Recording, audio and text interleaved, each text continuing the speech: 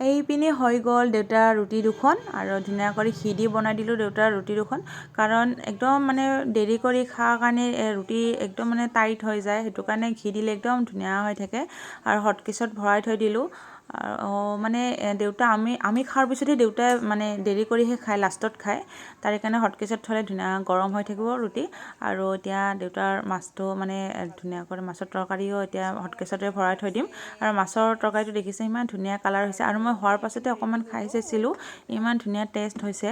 আৰু যেনেকুৱা বিচাৰিছিলোঁ সেনেকুৱাই হৈছে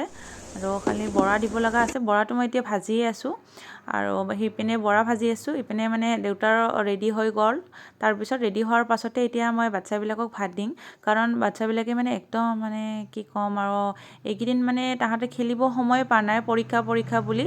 আৰু সেইটো কাৰণে মাইনা কিতাপ পঢ়ি আছিলে মই ভাত খাবৰ কাৰণে মাতিলোঁ যিমান জল্দি ভাত খাব সিমান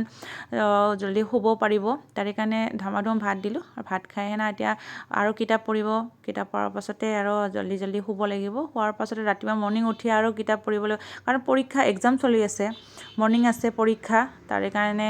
এতিয়া ৰিভাইজ কৰিহে যাব লাগিব নহ'লে আৰু কেনেকুৱা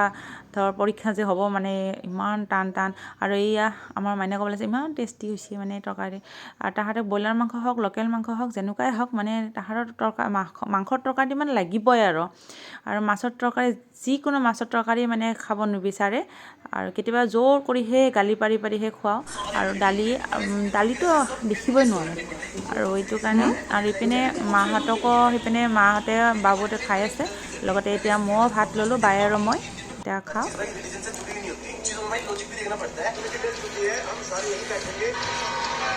ফোনটামান মোবাইল পাবে হাত ডাউন করে দিন মোবাইল ডাটা লবি হাতক কথা ভালো ছিল ভালো